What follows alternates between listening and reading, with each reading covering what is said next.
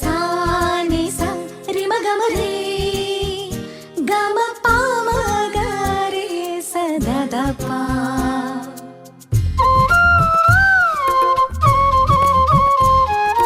புல்வெளி பெய்யும் சாரலை போல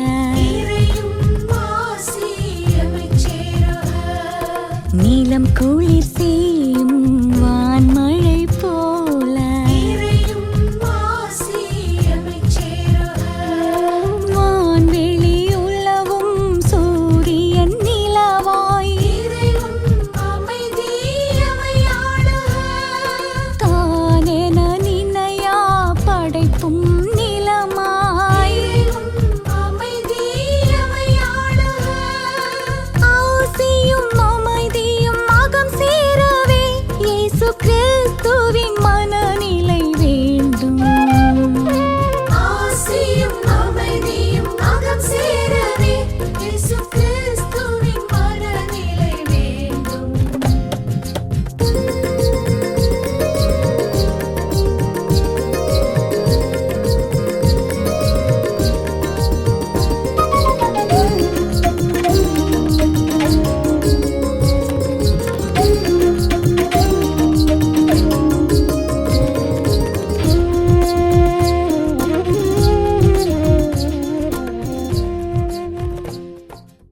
தந்தை மகன் தூயாவியாரின் பெயராலே ஆமேன்.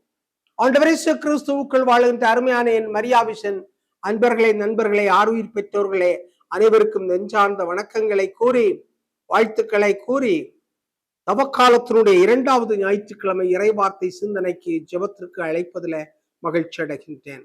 உலகெங்கும் தவக்காலத்தினுடைய நாட்களை மிகச்சிறந்த நாட்களாக ஜெபம், தவம், தானம் என்று சொல்லுகின்ற அடிப்படையில கொண்டாடி கொண்டிருக்கின்ற பொழுது, கடைபிடித்துக் கொண்டிருக்கின்ற பொழுது, நம்முடைய இஸ்லாமிய சகோதரர்கள் நோன்பை கடைபிடித்துக் கொண்டிருக்கின்ற பொழுது, ரம்ஜான் கொண்டாடுவதற்காக கடைபிடித்துக் கொண்டிருக்கின்ற பொழுது, நாமும் ஆண்டவர் இயேசு கிறிஸ்துவினுடைய உயிர்த்தெழுதலை பற்றி சிந்தித்துக் கொண்டிருக்கிறோம். அதற்கு முன்னதாக ஆண்டவர் பட்டிருக்கின்ற பாடுகள், அவருடைய சிந்தனைகள், அவருடைய போதனைகள், இவற்றையெல்லாம் நாம் சிந்தித்து பார்க்க, தியானித்து பார்க்க இந்த 40 நாட்கள் கொடுக்கப்பட்டிருக்கின்றன.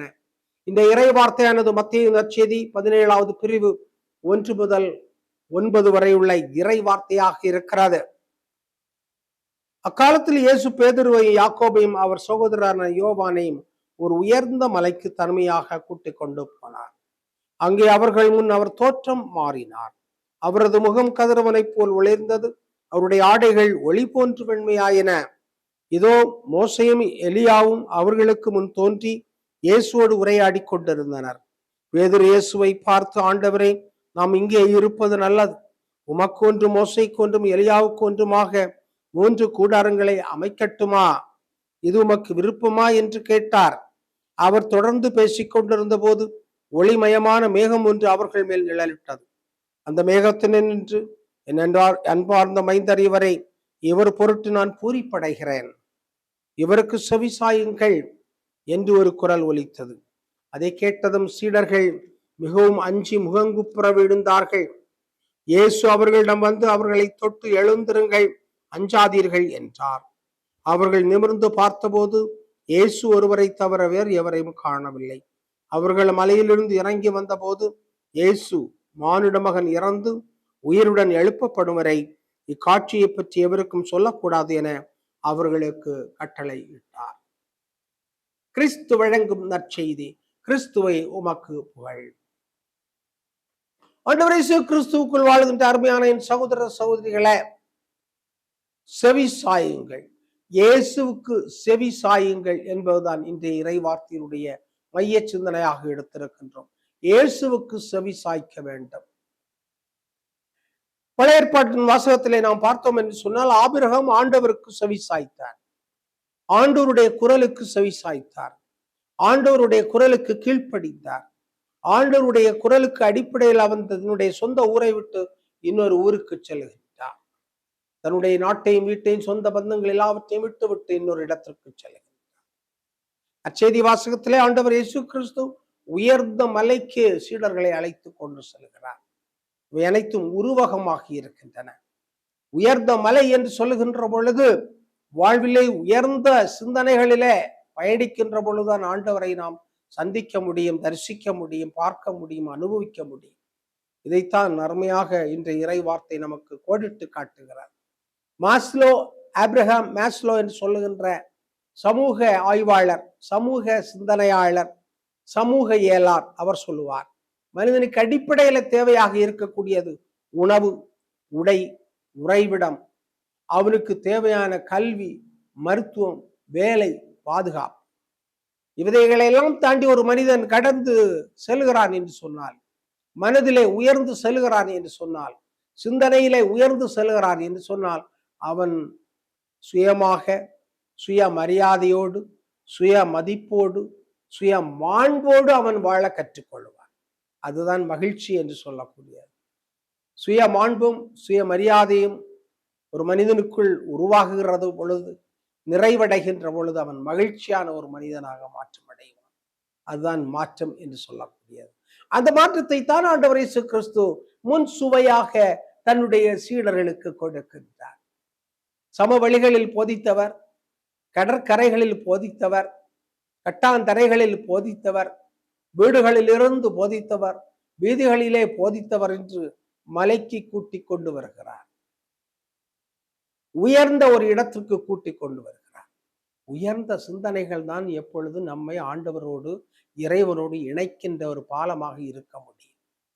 இதை அவர் வருகின்ற பொழுது மோசேயும் இறைவாக்கினர்களும் இயேசுவும் இணைந்து கொள்கிறார்கள்.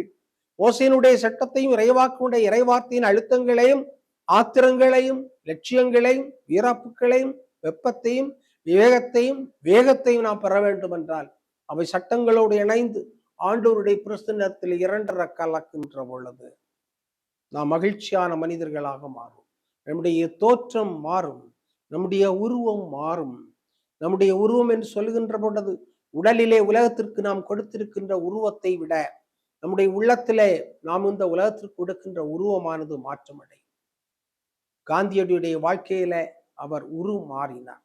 சத்தியத்தை, உண்மையை, வாய்மையை, யாகத்தை, எளிமையை அவர் இந்த உலகத்திற்கு காட்டிய பொழுது அவர் கடவுளோடு இரட்டர கலக்கின்றார். எனவேதான் அவரை சுட்ட பொழுது கூட ஹே ராம் என்று சொல்லிக் கொண்டு அவர் இறந்ததாக சொல்லப்படுகிறார். அன்னை தெரசாளுடைய வாழ்க்கையாக இருக்கலாம். பிரான்சிஸ் அசிசியாருடைய ஆண்டை நாம் இந்த ஆண்டு கொண்டாடுகின்றோம். எளிமையும், ஏழ்மையும், தியாகமும், விட்டு கொடுத்தலும், துறவு வாழ்வும், சமூகத்திற்காக தன்னை அர்ப்பணிக்கின்ற வாழ்வுமாக பிரான்சிஸ் அசிசியார் வாழ்ந்தார். எவ்வளவோ செல்வம் இருந்தாலும், செல்வ பெருக்கு இருந்தாலும், அகந்தை இருந்தாலும், ஆணவம் இருந்தாலும் எல்லாவற்றையும் தூக்கி எறிந்து விட்டு இயேசுவை பின்பற்றியவர் அவர்தான் பிரான்சிஸ் அசிசியார்.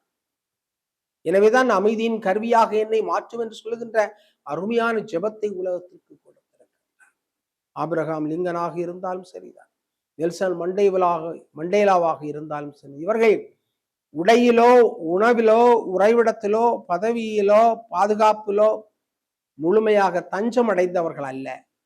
இவர்களிலிருந்து மேலே கடந்து சென்று சுதந்திர காற்றை சுவாசிப்பதற்காக தங்களை இழந்தவர்கள்.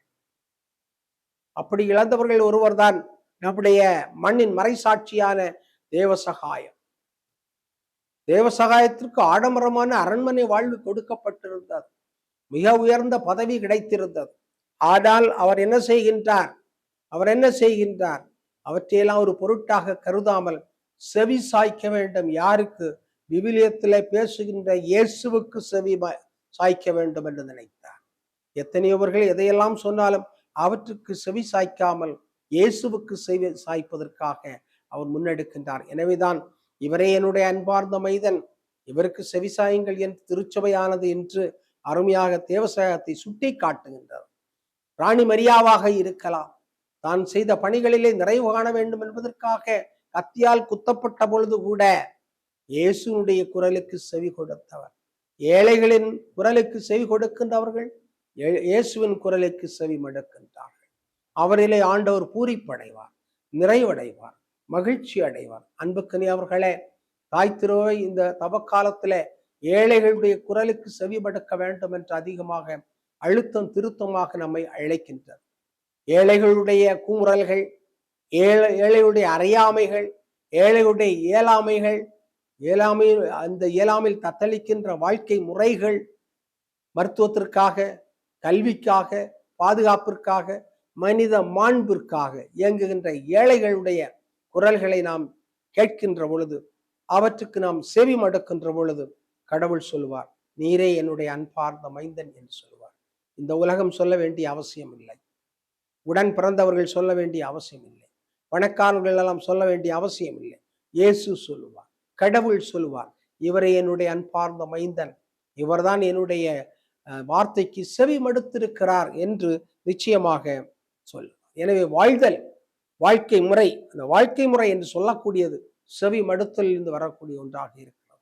செவி மடுத்தல் என்று சொல்லக்கூடியது மாற்றத்தை கொண்டு வரக்கூடிய ஒன்றாக இருக்கிறது. அந்த மாற்றம் என்று சொல்லுகின்றது உரு மாற்றம், உடலிலே வருகின்ற மாற்றம் மட்டுமல்ல, உள மாற்றமாக, சிந்தனை மாற்றமாக, சொல் மாற்றமாக, செயல் மாற்றமாக வடிவெடுக்கின்ற பொழுது ஆண்டவரும் மோசேயும் இறைவாக்கரும் சேர்ந்து பேசிய பொழுது எப்பொழுது ஒளி வீசினார்களோ அதுபோன்று நாம் இந்த உலகத்துல ஒளி வீசுவோம். ஆமென். ஜெபிப்போமாக. எங்கள் நல்ல தந்தை இறைவா, இந்த வேலைக்காக நாங்கள் உமக்கு நன்றி செலுத்துகின்றோம். நவகாலத்தினுடைய 2வது வாரத்திலே நாங்கள் இருக்கின்றோம். ஆண்டவருடைய இயேசுனுடைய தோற்ற மாற்றத்தின் விழாவை உலகம் கொண்டாடுகின்ற பொழுது அவருடைய உடலிலே ஏற்பட்ட மாற்றத்தை விட அவருடைய உள்ளத்திலே ஏற்பட்டிருக்கின்ற மாற்றங்கள் எங்களுடைய உள்ளங்களிலும் இல்லங்களிலும் மாற்றங்களை கொண்டு வர வேண்டுமாய் நீர் விரும்புகின்றீர். அதற்காக நாங்கள் உம்மை பார்த்து நாங்கள் ஜெபிக்கின்றோம். எங்களுடைய சிந்தனை, சொல், செயல் அனைத்திலுமே மாற்றம் உடையவர்களாக வாழ்ந்து உமக்கு செவி சாய்க்கின்ற அன்பின் பிள்ளைகளாக வாழச் செய்திருக்கிறோம். எங்கள் ஆண்டவரும் திருமகனுமாகிய இயேசு கிறிஸ்து வழியாக உம்மை பார்த்து மன்றாடுகின்றோம். ஆமென். தந்தை, மகன், தூய ஆவியாரின் பெயராலே ஆமென்.